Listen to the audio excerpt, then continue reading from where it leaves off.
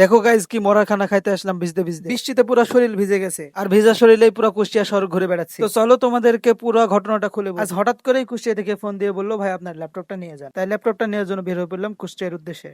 হ্যাঁ হ্যাঁ, এভাবে বের হলে তো হবে না, হেলমেট নিতে হবে, না হয় পুলিশে ধরবে। তারপরে মানে ব্যাগ মোবাইল হেলমেট নিয়ে বের হয়ে পড়লাম কুষ্টিয়া যাওয়ার উদ্দেশ্যে। সাথে আমার ন্যাংটাকালের বন্ধু হৃদয় আছে। বাড়ি থেকে বের হওয়ার সময় তো ওয়েদার খুবই ভালো ছিল, দেখে বোঝার কোনো উপায় নেই যে বৃষ্টি হবে। তো এমন ঠান্ডা আবহাওয়াতে আমরা দুইজন মনে শেখে যাচ্ছিলাম কুষ্টিয়ায়, কিন্তু রাস্তার মাঝখানে যে শুরু হয় প্রচুর পরিমাণে বৃষ্টি। কুষ্টিয়া থেকে আমাকে এর আগেও একবার ফোন দিয়েছিল, কিন্তু বৃষ্টির কারণে সেদিন যেতে পারিনি। আজকে ভেবেছিলাম বৃষ্টি নাই তাই কুষ্টিয়ায় যাব, কিন্তু সেটা আর হলো কই, পুরোপুরি ভিজে গেলাম। তাই ভিজতে ভিজতেই চলে গেলাম কুষ্টিয়াতে। এভাবে ভিজা গায়ে শহরের ভিতর ঘোরাঘুরি করছিলাম। ল্যাপটপটা নিয়ে আবার চলে আসলাম বাড়ির উদ্দেশ্যে, কিন্তু বাড়ি পর্যন্ত পৌঁছাইতে পারলাম না। রাস্তার মাঝখানে এসে প্রচুর বৃষ্টি, মুষলধারে বৃষ্টি হচ্ছিল প্রায় 2.5 ঘন্টা। আর এই 2.5 ঘন্টা দুজন দাঁড়িয়ে দাঁড়িয়ে ভাবছিলাম কেন আসলাম আজকে কুষ্টিয়ায়। তো যেই না ছাড়লো বৃষ্টি তখনই চলে আসলাম বাড়ির উদ্দেশ্যে। রাস্তার মধ্যে দুজন বলাবলি করছিলাম এখন যতই বৃষ্টি আসুক আমরা আর কোথাও দাঁড়াবো না। তাই এক টানে দুইজন বাড়ি চলে আসলাম। এখন এই বর্ষাকালে আমাদের মতো আর কেউ ভুল করবেন না। আপনার এলাকায় বৃষ্টি না হলে অন্য এলাকায় ঠিকই হচ্ছে, এটা ভেবে হলেও একটি ছাতা বা রেনকোট নিয়ে যাবেন অবশ্যই। আজকের ভিডিওটি এই পর্যন্তই। শেষ পর্যন্ত থাকার জন্য অসংখ্য অসংখ্য ধন্যবাদ। আর খুবই দুঃখ লাগে যে আপনারা ভিডিও দেখে লাইক কমেন্ট শেয়ার কিছুই করেন না। আপনারা শুধু ভিডিওই দেখে যান, কেউ কমেন্ট করেন না কেন। আশা করি আপনারা কিছু না কিছু আপনাদের মতামত জানিয়ে যাবেন। সবার জন্য শিফা কামনা করি। আসসালামু আলাইকুম ওয়া রাহমাতুল্লাহ।